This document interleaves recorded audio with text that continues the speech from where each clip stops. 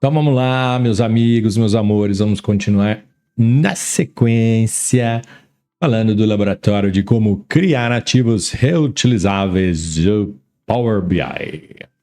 Então vou clicar aqui, vamos ver primeiro o que se trata, o que será feito dentro deste laboratório. E aí, relembrando novamente, caso você tenha um pouco de dificuldade ou tenha muita dificuldade com o nosso amigo inglês, você pode clicar aqui nos seus 3 pontinhos e tem a opção de traduzir. Vou até fazer um em português, vamos ver como é que vai ser.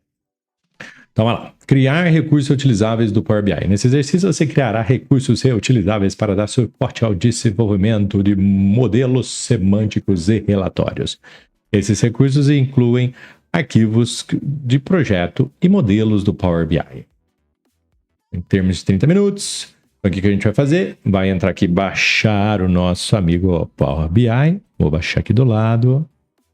E aí nós vamos abrir o arquivo Starter Sales Analysis.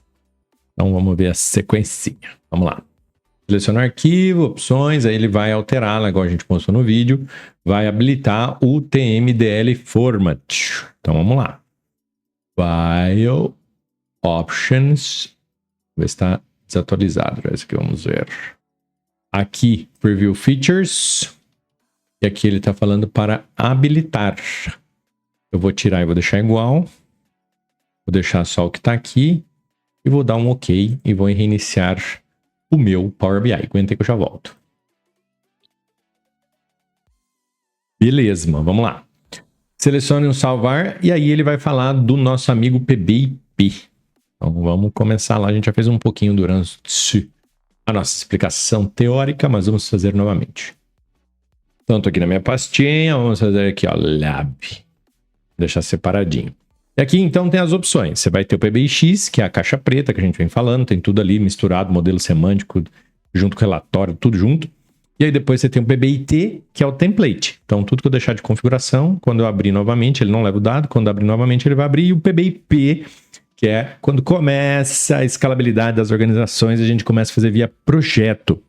Então aqui ele vai habilitar para a gente, vai habilitar a possibilidade de usar o Git. E quem não conhece o Git, vou deixar aqui o link de novo. Tem um curso completo de Git para vocês, for free, de grátis, aqui no nosso canal. Então, observe que o PBIP, beleza, feche solicitado, reabra o arquivo em PBIP. Então selecione e dá um salvar como. Então vamos lá. Vou colocar uma partícula aqui, PB, IP. E não é IP de redes. PBIP, salve. Vamos olhar a estrutura lá agora, hein? Então, Labers. Vamos abrir o Labers. E olha lá o que ele fez. Agora ele abriu o report e o modelo semântico. Olha que coisa linda do Senhor. E aqui também mudou, né? Agora ele fica nesse formato. Então, toda vez que você encontrar esse formato que tem File, Report, Semantic Model, quer dizer que ele está em formato PBIP. Vamos ver o que ele falou aqui. Fecha o Power BI Desktop, se solicitado, e reabra o PBIP que você salvou antes. Vou fechar aqui e vamos abrir o PBIP. Olha lá, o Git Ignore. 3 pontinhos, opções. E aí, se você não tiver habilitado essa opção, deixa, porque às vezes tem arquivos ocultos. E aí você põe esse aqui, ó, mostrar arquivos da pasta e unidades ocultas. Aí tudo que é oculto, ele vai mostrar. Tudo tem esse ponto alguma coisa, são arquivos que ficam ocultos. E aí aqui ele vai ficar escondidinho, tá? Não vai aparecer normalmente. Então vamos abrir o PBIP. Vamos abrir o PBIP aqui.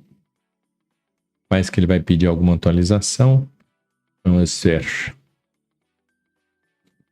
Projeto, atualizar, caso seja citado, atualizar o projeto, tal formato, DP, language semântica. Armazenar o modelo semântico usando o TMDL. Então vamos atualizar, aqui ele está falando que é requisitado. Atualizar. Vamos ver se ele não vai dar erro.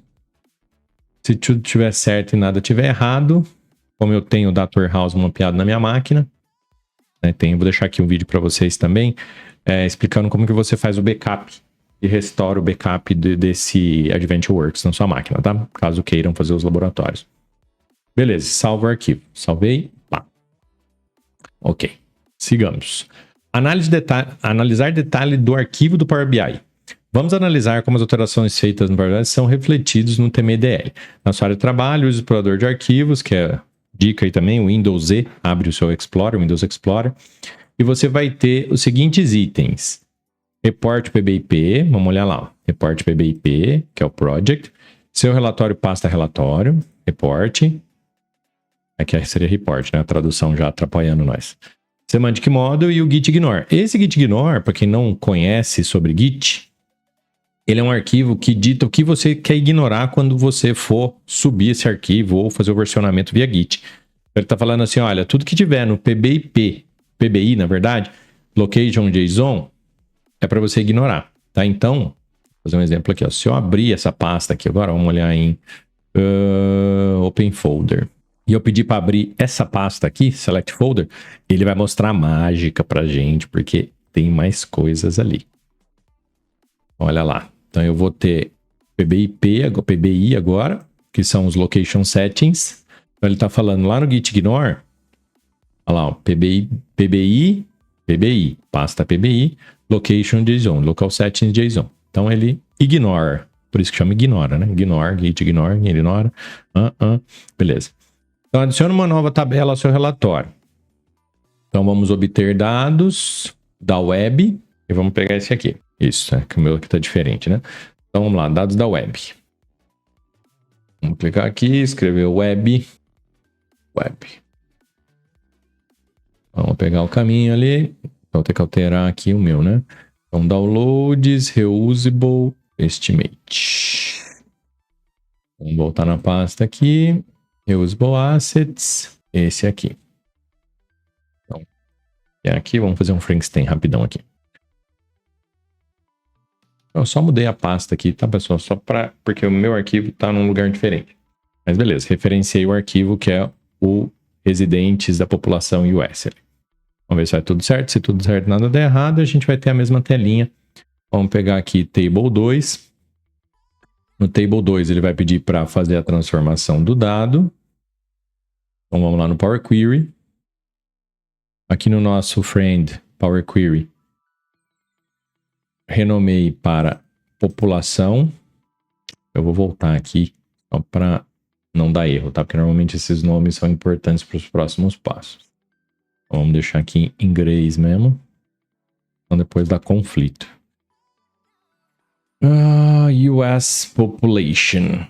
Então, vamos ver aqui, rename Table 2. Cadê o editor de consulta? Então, Table 2 a gente vai mudar para US Population. E aqui, rename State, a coluna State, o State minúsculo. Name Convention aqui, né? Ele não pegou a primeira linha como cabeçalho. Então, olha lá, ó, primeira linha está registro, vamos transformar a primeira linha em cabeçalho. Habilidades de Power BI. Então, aqui a gente vai mudar State para State. O number para population, Ctrl C, Ctrl V, que forma muita gente nesse mundo. E aí, remova a coluna. Então, você pode remover, você pode clicar com o botão direito na coluna ou clica na coluna, aperte o deletão, já era. Faz o Close e Apply para transformar o dado no Semantic Model. Então, Select OK, Potential Risk, que esse aqui tem fontes distintas, de seguranças distintas. Aí ele dá essa mensagem de erro. Não deu. Ok. Salva e save your file. Então, savezinho aqui. Apareceu? Beleza. Então, aqui vamos criar uma relação. Aqui foi criar uma coluna US Population. Vê que apareceu lá no... Então, olha só. Agora que a gente salvou uma tabela nova, só para vocês verem o efeito, tá? Salvamos uma tabela nova. Então, tem que ter o US Population aqui no nosso. Se a gente olhar no TMDL aqui, que é o Tabular Model, também tem uma coluna nova, tem uma tabela nova, né? Então, Table US. E aí vamos dar uma olhadinha lá no nosso arquivo no Git. Então, estou falando agora que é o Semantic Model, porque a tabela está dentro do Semantic Model. Quando eu olho aqui, Definitions, e aí eu venho aqui em Tables, eu consigo ver que tem uma tabela nova. Olha lá. Então, tem a coluna, que é uma string, a linhagem dela, se é sumarizada, esse summarize by é aquela coluninha que vem aqui, né? Então, por exemplo, ó, state, que é o que tá aqui, ó, state, é do tipo string, não tem summarize, tá vendo? Então, beleza. Aí ele vai trazer o tipo de dado, se tem linhagem, a população, é um índice 64, sumarizado por soma. Então, tudo que a gente vê lá na interface, ele traz aqui. Não é magnífico trabalhar com essas partes de Git e etc. Então, aqui, particionamento, como que ele fez? Aqui tá a linguagem M e todo o resumo. Tá? Então, vamos ver lá o que ele está falando. Então, vamos criar a relação. Então, acha ali o seu Semantic Model folder. E aqui vai até a Relationship TMDL. Né? Acho que eu até me adiantei, porque eu fiquei feliz aqui em mostrar.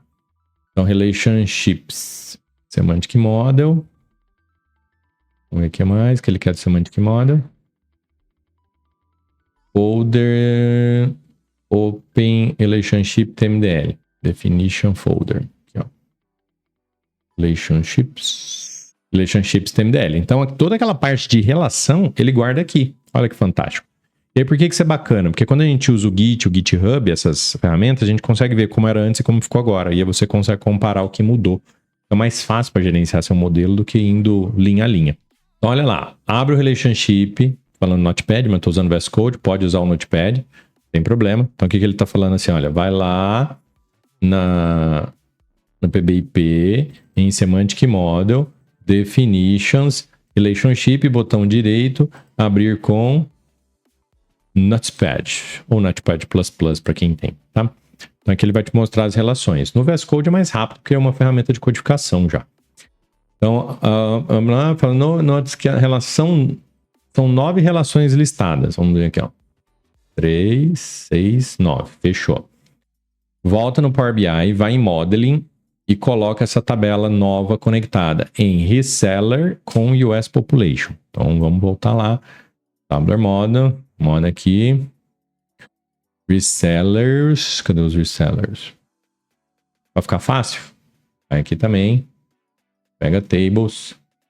US Population e Reseller. Ai, Thiago, mas vai conectar só aqui. Calma, Padawan. Na hora que você conectar vai aparecer aqui também, ó. Observes. Take a look. Então, o que ele vai fazer aqui? Vamos dar uma olhada. Vai ser State com State. Então, State Province com State. Arrasta daqui para lá ou de lá para cá, tanto faz, que ele já consegue criar o vínculo. Olha lá. Depois de muito sofrer, ele foi. Então, ali ele vai colocar aqui, então, Reseller, Population. Se você não quiser arrastar, dá para colocar aqui, ó, Manage Relationship, New Relationships, vai dar na mesma telinha, tá? Às vezes é até mais fácil quando você tem muitas tabelas. Ou então, você já consegue ter uma pertinho da outra, arrasta. Eu estava colocando na hierarquia, que estava dando errado. Aqui, beleza. Salvei, criou uma relação de muito para 1, relação ativa, porque a linha está densa, não está pontilhada. E se você voltar lá no All Tables, veja só, olha, ficou mesmo. E aqui é mais fácil, porque só tem 2 tabelas, é mais fácil você gerenciar. Então, fechou. Salvo o arquivo. Salvei meu arquivo. Quando eu volto aqui, tandã, olha só, 3, 6, 9, 10. Tem mais uma. Olha que bacana. Então, fechou. Beleza. Então, vamos adicionar uma medida. Então, adiciona uma medida e um visual no seu reporte. Então, ele vai fazer no Power BI, navega até o Date Pane, né, que é o Select Table, Sales Table. Então, Date Pane, Sales Table, beleza. Na barra de fórmula, entra esse seguinte cálculo através de uma medida. Qualquer lugar que colocar New Measure ou no Contextual Table. Beleza, está colocando aqui direto. Então, New Measure, então a nova medida, Ctrl bolinha para dentro para aumentar. Ele está fazendo divisão de 2 aqui, né? Sales com... Isso é isso. Beleza. Então, vamos dar um Enter aqui. Apareceu. Fechou. O que ele está falando agora? Adicione Margin to your Canvas. Drag. Sales. Não abri aqui, não falou. Você tem que abrir uma página nova, falou? Ou eu pulei? Sales Table. Select New Measure. Contextual Table Real. Ok. Na fórmula de comentar. Localiza New Sales per Capita Média e dar New Canvas. Acho que é isso, então. Sales Capita. Vou colocar em formato tabela aqui. Então, vamos lá. Sales. Então, Sales. US Population State.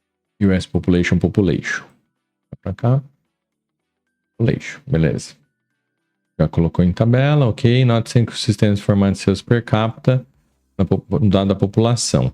seleciona o sales per capita, coloca sales per capita, coloca em formato de currency, moeda no caso, 4 casas decimais. 1, 2, 3, 4. Beleza, 4. A população, número inteiro, população, whole number, comma separated, e 0. Beleza, deu certo. Salva seu arquivo. Então vamos ver aqui, ó, state, aqui ó, a casa para ficar igual. Sales per capita, vamos colocar aqui do maior para o menor, para ficar igual aqui que nem. Então population, 576, sum of dollar, beleza, tá tudo em real aqui, mas não tem problema não, porque não vai usar para nada. Beleza, então salva o arquivo, e aí vamos dar uma olhada no sales TMDL. Então lá, ó, semantic model, definition, tables, sales, ó. Então vamos aqui, semantic model, tables, definition, na verdade, né? Tables, sales TMDL. Beleza. Localiza o código perto da linha 163. 163. Quem tá usando aí, né? O passcode. Aqui, ó. E aí você pode verificar que essa nova medida foi adicionada, né? Beleza. E aí você consegue ver, tem essas diferenças. Então percebam que você consegue mapear tudo, né? E aí criar agora um PBIT. Então essa próxima parte vai ser mostrar como o PBIT pode separar a parte lógica da parte de dados, no caso, um parâmetro de região. Você vai construir um relatório pequeno, definir um parâmetro que pode controlar a região, blá blá blá. Então, vai no Windows Explorer, navega até as fórmulas, e aí você tem 2 arquivos. Então, dentro daquele arquivo que ele pediu para a gente baixar, vai ter 2 tabelinhas. Beleza. Agora ele quer um novo. Vamos abrir um. Então, vamos fechar esse aqui e abrir um novo. Bora lá. Então, get data, texto CSV. Pode ir aqui direto, né, no get, ou aqui mesmo já tem um resuminho. O texto CSV usa bastante, fica aqui. Vou até lá, pastícula. Reusable Assets, Data, qual que ele quer que eu pegue? Ele quer que eu pegue o Region North. Transform Data, faz um rename para Sales, vamos copiar aqui. Transform Data, Power Query, dentro do Power Query a gente faz as mudanças necessárias, então muda a tabela para Sales. Como é que mais? Rename the Query for Sales. Ok. Vamos criar um parâmetro. O Power BI Home, Select Manage New Parameter. Então vou aqui, Manage Parameters, New Parameter. Ele quer nesse parâmetro. Então o nome do parâmetro vai ser região. Isso. O que mais? Type Text. Suggested Values, List of Values. Então aqui vai ser North, South. Então o parâmetro fixo vai ser North. E o current vai ser North também as well. Não é isso? Não, ok. Então, como a gente criou um parâmetro, o nome do parâmetro é region. Então, o que nós vamos ter que fazer agora? Vamos ter que voltar lá no M e colocar isso dentro da linguagem M que está lá, tá? Então, aqui está hand-coded. A gente vai mudar para... Nome do arquivo, ó, Region North, tá vendo? CSV. E aí a gente criou o parâmetro, então vai colocar região, e região é comum aos 2 arquivos, né? Tem região, a única diferença aqui é que um chama North e outro chama South. Então aqui eu vou deixar fixo região, tracinho, hífen, e aí o região vai ser o parâmetro. E a partir do parâmetro a gente vai conseguir alternar. Vou tentar copiar direto aqui, vamos ver se vai. Então clico aqui, venho em Advanced EDM e dá um Ctrl V, vamos ver se vai. Aqui não foi por conta do endereço que está diferente. Deixa eu ver se dá para dar um Ctrl Z aqui. Não. Vou ter que pegar o endereço ali até data. Então, vou voltar no meu. Não me atentei a isto. Vou copiar aqui. Copiar tudo até o data. Então aqui vamos mudar. Então se atentem no de vocês também. E aí voltou ao normal. Beleza. E aí dá um fechar e aplicar. Fechar e aplicar. Close e apply. Se tudo deu certo, nada deu errado. E está funcionando. Ok. Agora vamos voltar no Report View e vamos criar um card. Então, Report View. Vamos criar um card. Se não estiver aparecendo aqui, se sentir falta, 3 pontinhos, Restore Default Visuals. Vou colocar um card. E aí, nesse card, a gente vai colocar o Total Revenue. O Total Revenue, essa aqui.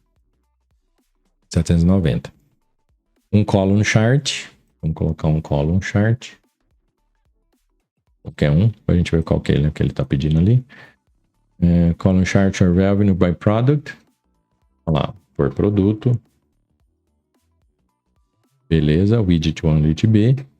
E ali uma tabelinha. Tabelinha. O nome da minha filha, Bela. Tabelinha, tudo um. Aqui ele quer que coloque o campo de data. Vamos ver se ele pega aqui direto.